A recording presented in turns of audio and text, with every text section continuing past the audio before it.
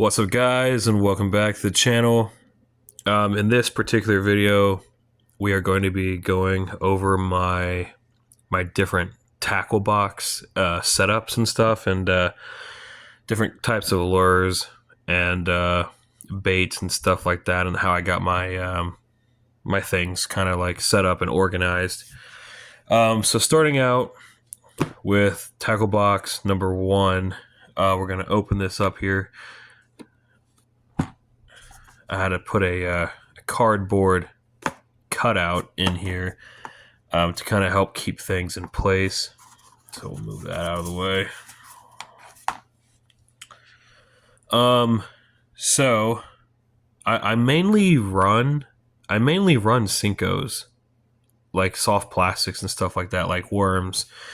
And I've noticed when I have these packs in each organizational spot, I can typically double them up and fit 2 packs in here into each slot. So over here, this is a pack of Yum dingers, and this is the watermelon red flake 5-inch Yum dingers. I might have to turn the light on and off. It actually looks kind of worse, don't it? Anyway, get a decent close-up shot of that. So I'll take these and I'll fold that, and I'll just drop it in right there. And then in this spot, I have another pack of Yum dingers.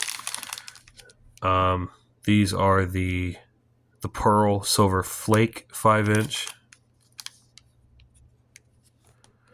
I have actually extremely good luck with these, with the white pearl, believe it or not.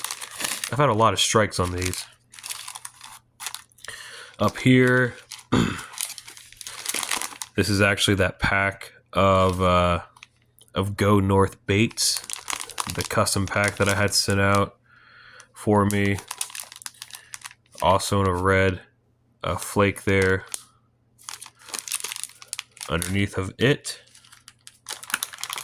We have another red pack, but these are a pack of Yum dingers in the tomato collar.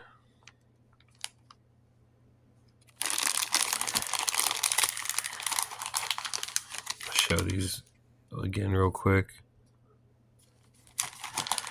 Over here, we have a pack of Yum dingers in the banana candy. Yeah, these are pretty wild.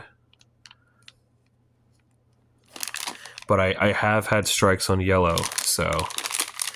And then there's another identical pack below it. So I'll put that back there. And then obviously a pack that you can't go wrong with. Got the big old 20 pack of Zoom bubblegum pink trick worms. That's always a winner. And another underdog that I got going on. This is the cream, however you guys want to pronounce that. It's also like a trick worm. It's kind of really similar to the Zoom as far as like the design. But these have, when these are in the water, these have a really realistic look to them. And I've had some strikes on these. So these, these work pretty well as well. So fold that up, put that back in there. Down here, I got some hooks. Oh, another organizational hack that I like to do. I like to take old empty medicine pill bottles, and I like to keep my different hooks and weights and different things like that inside of them. And I like to cut out the the spec sheet, the chart off of the box that they came in, and I'll cut it and I'll fit it down into the pill bottle, so I don't forget what it is. So these are worm hooks by Ozark Trail, 5-pack, 2-aught. Hold that tab.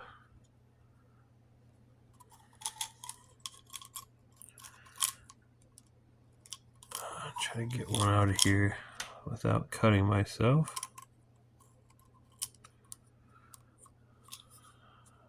We got that worm hook.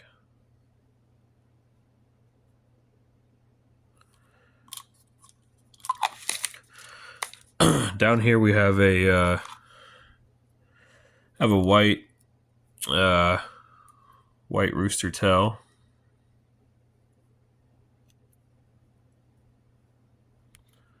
This is an actual rooster tail branded one.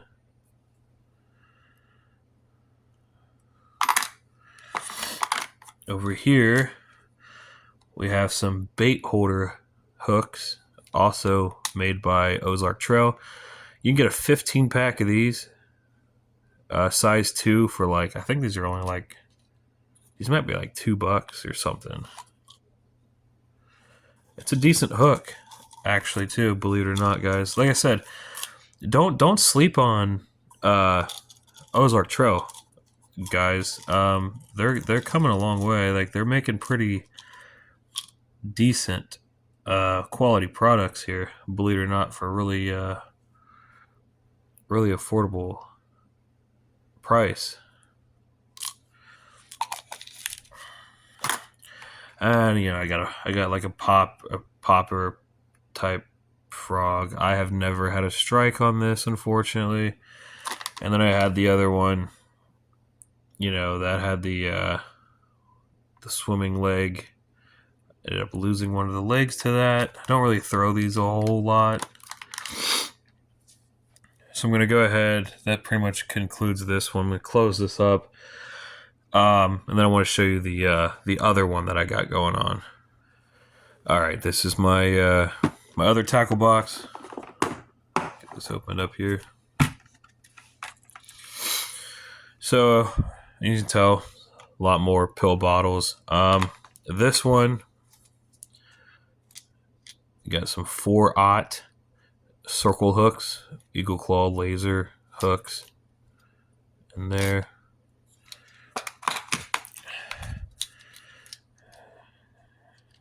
Komatsu off-shank worm hook, 3-aught EWGs.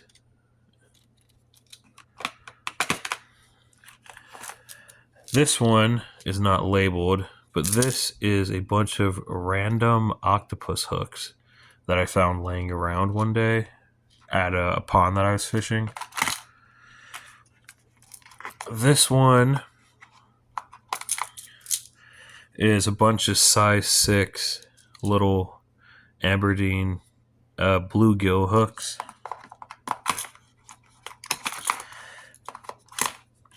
Try to get these to pop back down. What are these? Oh. So these are some swivels. Nothing to see there really.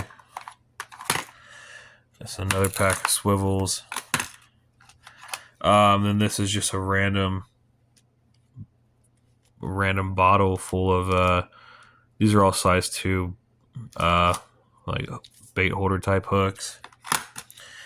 I have a tape measure that locks in place, and it is retractable with the button. Got some bobbers here. If I can get these untangled.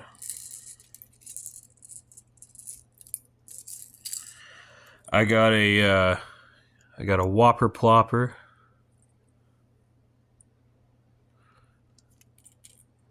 Obviously the spinning tail on it. Front and rear treble hook.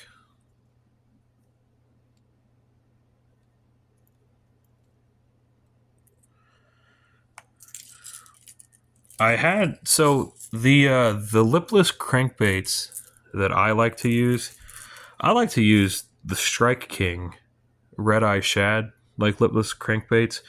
Unfortunately, I got both of mine snagged up on some vegetation at 2 different ponds, and I no longer have those anymore. They are gone forever.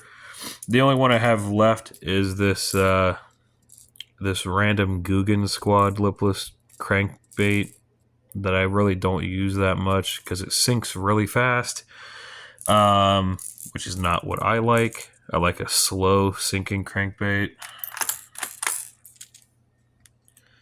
Just because all the ponds and lakes that I fish have heavy vegetation.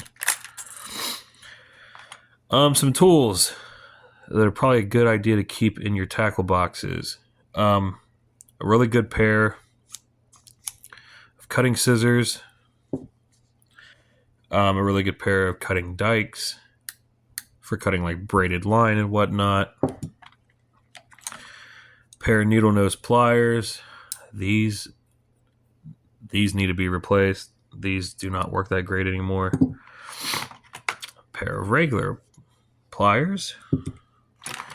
A box cutter. And it's always a good idea to keep some type of Sharpie, some type of pin as well. Never know. Got a couple of random straggler trickworms hanging out back there. But yeah, and then another thing I want to show after I get this packed up, if I can get this packed back up. Sometimes it's a pain. Okay, I think it's gonna work today. Alright, cool. And I want to show you one other thing. Okay, so just in case, I like to keep I mean, these are pretty cheap. I would say I like to keep a decent pair of gloves, but these are probably as cheap as it gets. But I like to keep a pair of gloves in my backpack. That's where I keep my tackle boxes. And then obviously you got an actual fish scale, yada, yada, yada. This is that clamp that I put on now. And that's really it. As far as my my setup really goes, I mean, other than my actual poles and stuff like that. But that's just a little quick, look into what I got going on at the moment. Nothing fancy or anything crazy like that. But that's gonna do it for this video. We'll jump off. I'll see you guys in the next video.